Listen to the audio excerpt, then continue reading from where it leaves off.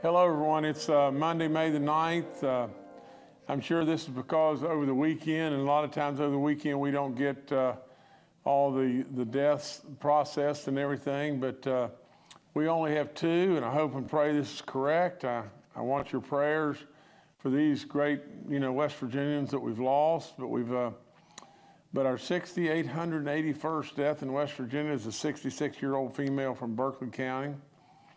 Our 6,882nd death is an 83-year-old female from Hampshire County.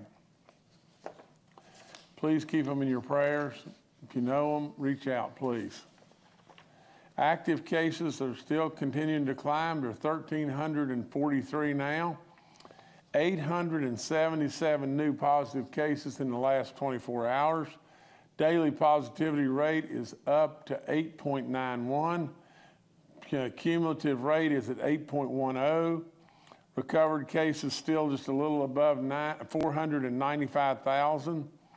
We have 101 hospitalized, 25 in the ICU units, and 16 on ventilators.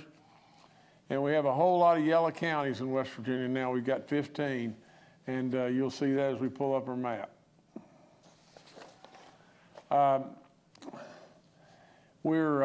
We're going to very, very soon lower our flags to half staff again. I have issued a proclamation ordering all U.S. and West Virginia flags at the Capitol Complex and all state-owned facilities in Braxton County to half staff. From dawn to dusk on Tuesday, May the 10th, 2022. And this is really celebrating an incredible life, an incredible act of bravery by John D. Forbush. John, 24-year-old, entered the river to try to save a woman and a child that were trapped in a vehicle. He was unable to free them, lost his life doing exactly that courageous deed. His funeral will be held at the Gasaway Baptist Church tomorrow at 11 a.m. I can't tell you enough about how great these people are, how much they give, and so it's a great honor to be able to do this for John D. Forbush and everything in his family. I remind you about your booster shots. I've said it 1,000 times. If you're out, on your booster as far as the months and everything, you don't have hardly any protection whatsoever, please go get that booster shot. We still make slow but sure headway. We're up to 72.2% of the 18 and over now that have had at least one shot. We'll continue to give those shots. We've given 477,743 booster shots, and we need that number to continue to climb. It continues to go up, just like I think General Hoyer was telling us the other day. Over 6,400 people that had received, their first vaccine in the last 30 days. There's no question we've saved a bunch of lives in doing so. We want to continue to be able to do just that. The new vaccine calculator is still up there. It will remind you when to get your shot. We thank WVU, we thank Clay Marsh, we thank General Hoyer, but a lot of people really put in the licks to make that happen. I've talked to you about your booster shot. All the COVID-19 vaccine info stuff is up on our website, as well as all the free testing information. There's 27 long-term care outbreaks right now, none in the church communities. We're going up a little bit in corrections, but the numbers are really low, 14 inmates and 15 staff cases.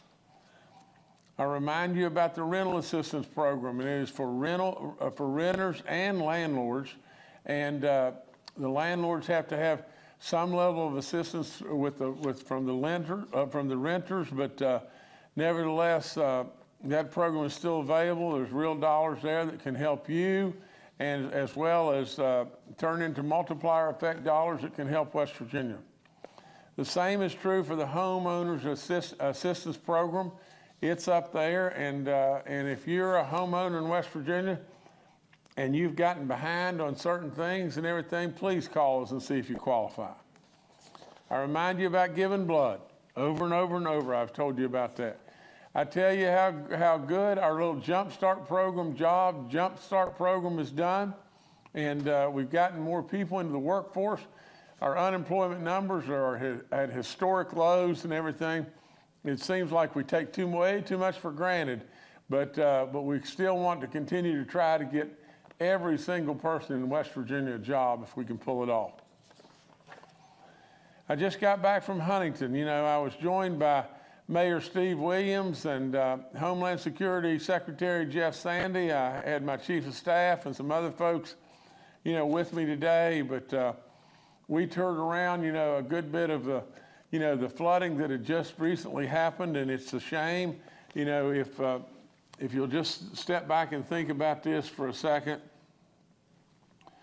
You know, 5 or 6 years ago, we didn't have the ability to fix something, you know, in the state of West Virginia because we were scrambling around dead broke.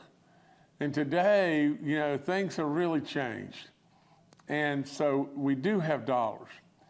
And we do have you know, an ARPA program that's out there that provides all kinds of infrastructure and different things that we can do. There are opportunities right now in West Virginia. These folks need us. That's all there is to it. They need us.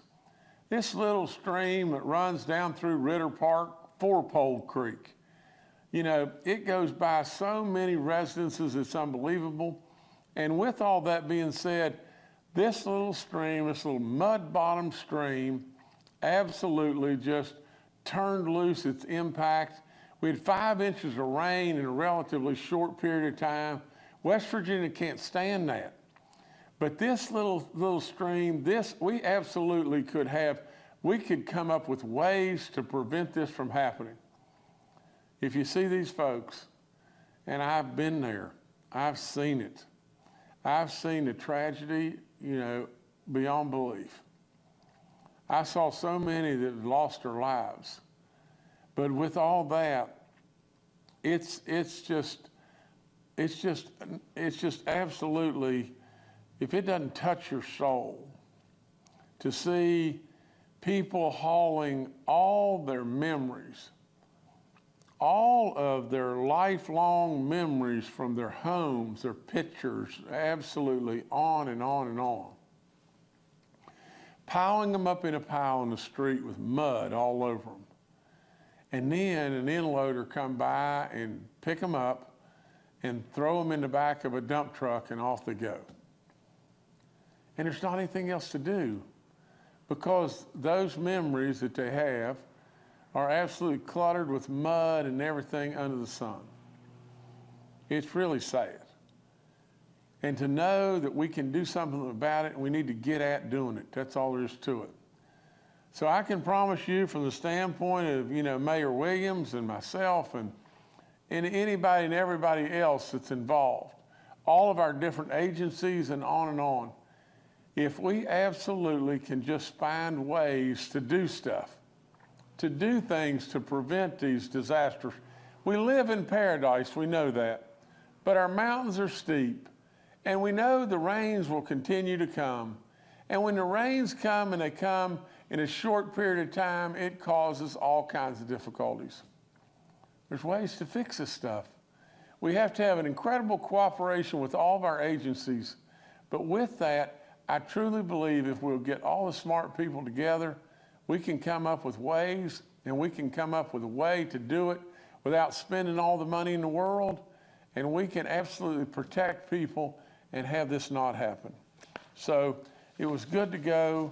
You know, I've seen it 10,000 times. One of the reporters asked me, he said something along the lines of, what did you see in the eyes of the people that were still cleaning up and what they were doing? And I said exactly this, and I've seen it over and over and over. I saw us coming together as West Virginia again and again. Absolutely, it humbles me beyond belief in how proud I am of our people. Our people stand up, always, and they dig in, and they've got a real live grit about them.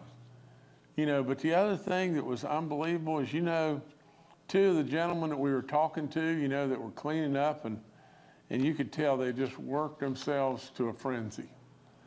And one of them looked right at us and said, the mayor was in the vehicle with me, I was driving, and they said, we can't thank y'all enough.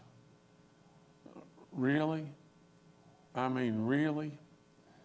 Here they are, just stripping their houses and throwing away all kinds of memories. Absolutely, and they are thanking us? No. I turned to the guy and I said, it shows the level of courage that you have. It shows that you're a West Virginian.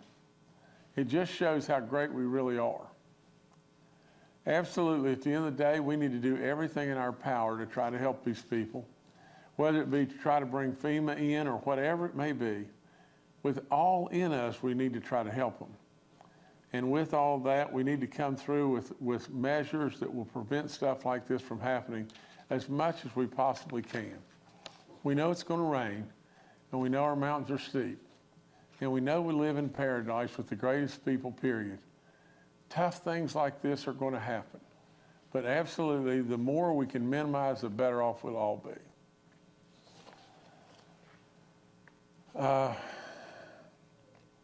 I ask all the residents, you can give us more and more info. One of the things, for the residents of that are in the state of emergency, whether it be Cabell, Putnam, or Roane counties, I ask you to keep records. Keep and document every single thing you do.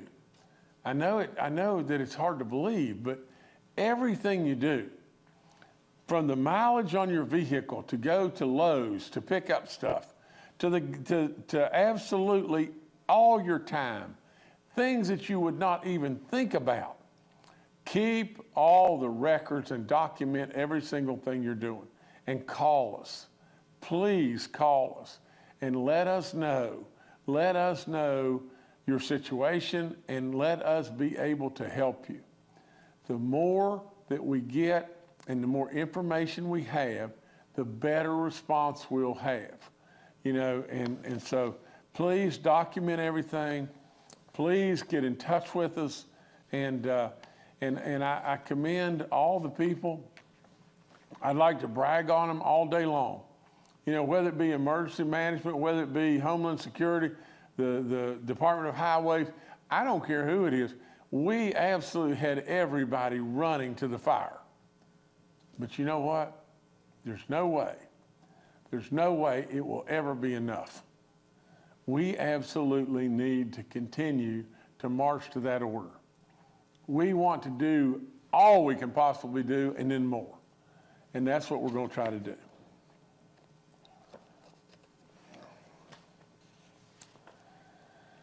Okay, I have signed a proclamation officially designating tomorrow as our first ever Fentanyl Awareness Day in West Virginia. Tomorrow will be the first day of fentanyl awareness nationwide. The day will be designed to raise public awareness about this terrible, terrible killer that's out there on our streets. If you just think about it, fentanyl is involved in more deaths of Americans under the age of 50 than any other cause of death, including heart disease, cancer, and all other accidents. We got to do something about it, don't we? We've got to raise some more level of awareness. Now, this won't be the end-all, do-all by any stretch of the imagination, but it is one more step to try to help.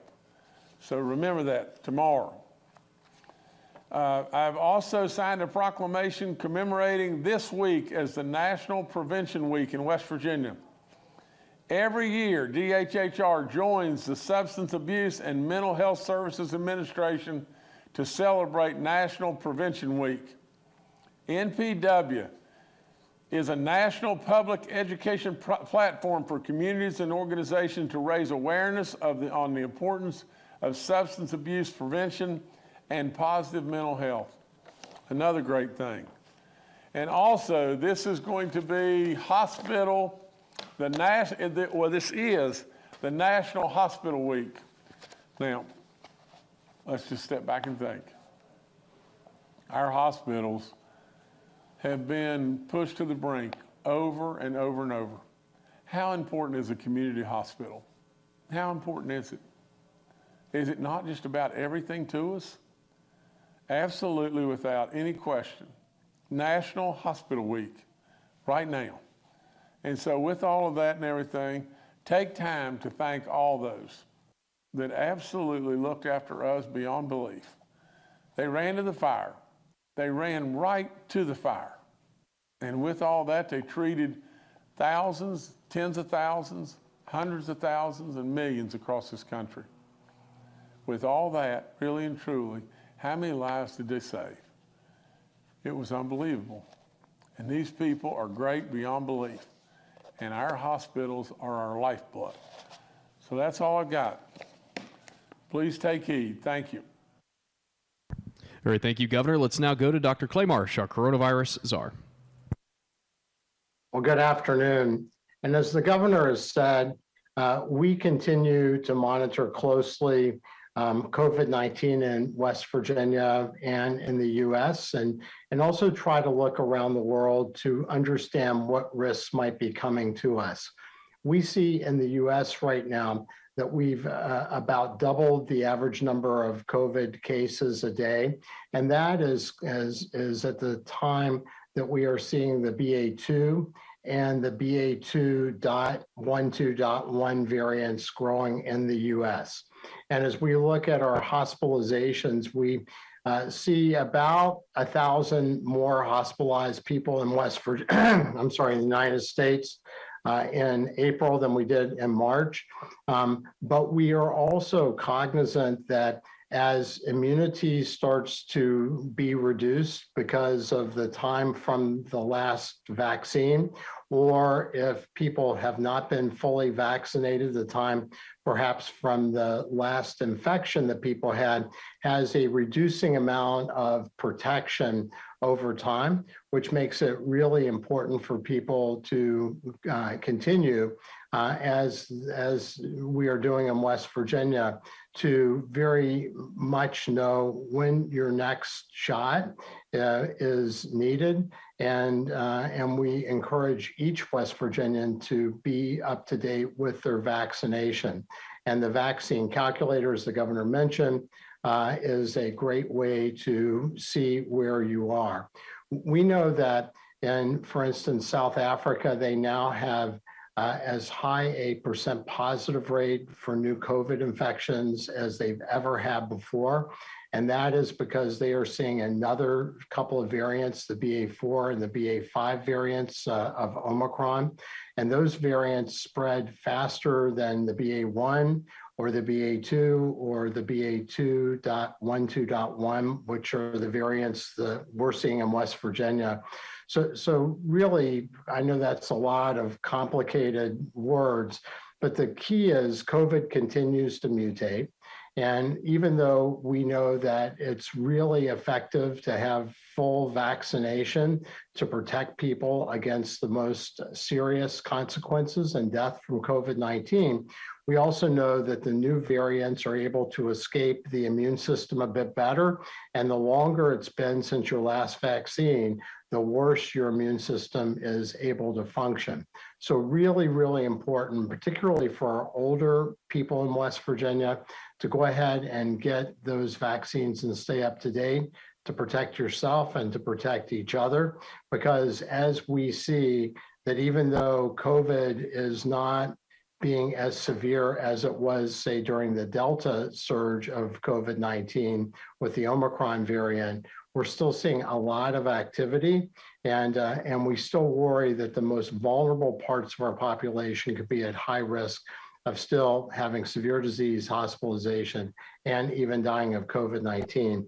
And as a country, we're right on the edge of seeing our millionth death from COVID-19, and that would have happened 27 months from the beginning of the pandemic. So remarkable that we have the vaccines that can effectively reduce deaths to close to zero if people are really up to date with their vaccines, and the fact that we'll be seeing 1 million people coming up really soon. Thank you.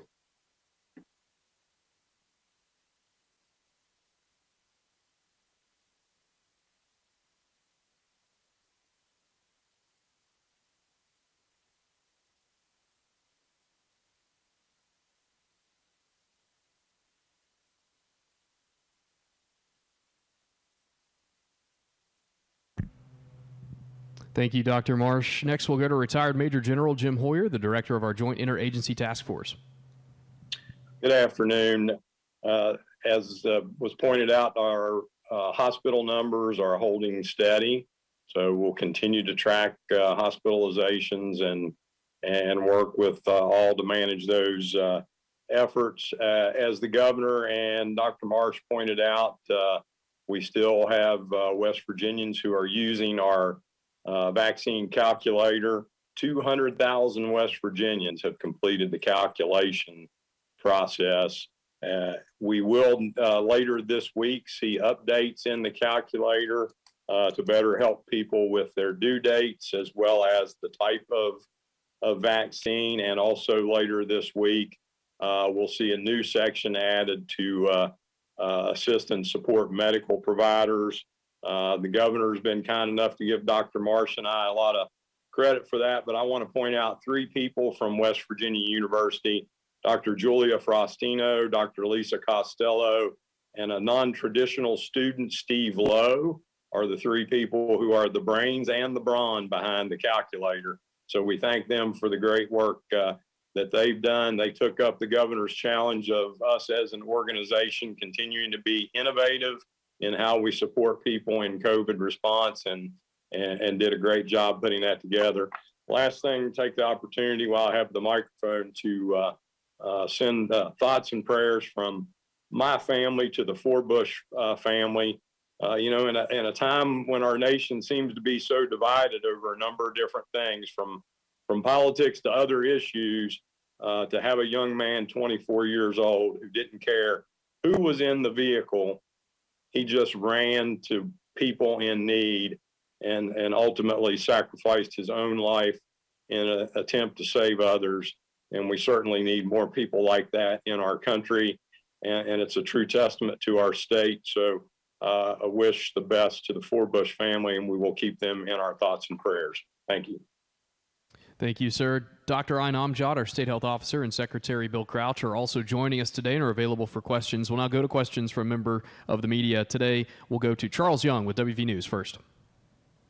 Hi, this is Charles Young with WV News. Governor, a couple weeks ago, I asked you if you guys were considering any sort of incentive program for the second booster shot aimed at those over 50. I wonder if there's any progress on that, or if that's something that's still on the table. If not an incentive program, are there any other new strategies we are considering to specifically target that population? Thank you. Okay, Charles, I didn't get the beginning of the question, but I think it all centers around incentives to get more people with booster shots, and if that be the question and everything, Charles, we're working on it, and it may very well be that we go right back to where we were in trying to incentivize folks in any way we possibly can to get them across the finish line and get these booster shots, but we don't have any more details about that right now. All right, thank you, Charles. Governor, I'll turn it back to you. Okay. Well, I've got just a couple of things. One is, I always really pay attention to our experts, and Dr. Marsh, was telling about this variant in South Africa, and it's a spin-off of exactly what we've already been through. And everyone, I've tried to be so honest and so upfront with everybody. Everyone should realize with all in us that we wish in every way this was just gone. It's not gone. And it's something that we're going to have to find ways to live with. The likelihood of it just being gone are very minuscule. Absolutely, the likelihood of us being able to find ways to just live with this, we can do that. we can do it hands down. And how we do it. I know you get tired of me saying it, but the 6,400 and some odd folks in the last 30 days have maybe not gotten tired of me saying it. Because 6,400 and some were for the first time they went and got their vaccine. Without any question, in South Africa, according to Dr. Marsh, we are seeing the spread of this on a significant level. Now, what's the odds of it coming here? Well, you know it's coming here. I mean, you don't have to be a rocket scientist on this one. It's coming here. And if it spreads faster than the other variants, we're going to have a lot of people get sick. Absolutely, you can stop this. Dr. Marsh, our coronavirus czar, Dr. Marsh says just a second ago that we, with the vaccines, we can reduce the probability of death almost to zero.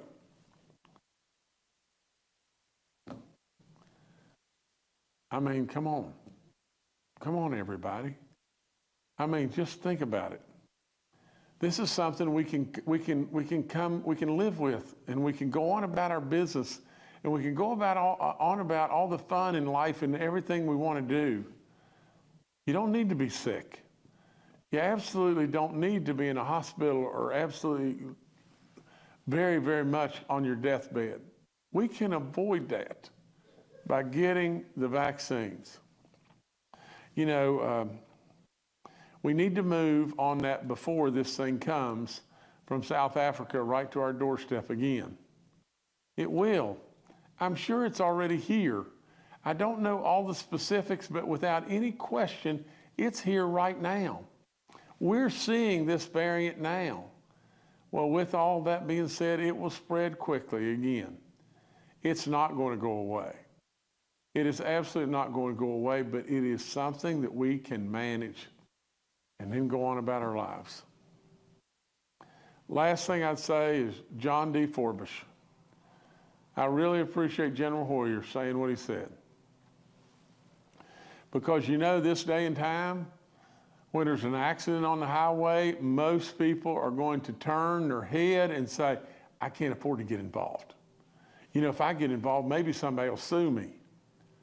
You know, absolutely too many people, and this is a way of the times, too many people run away from the fire.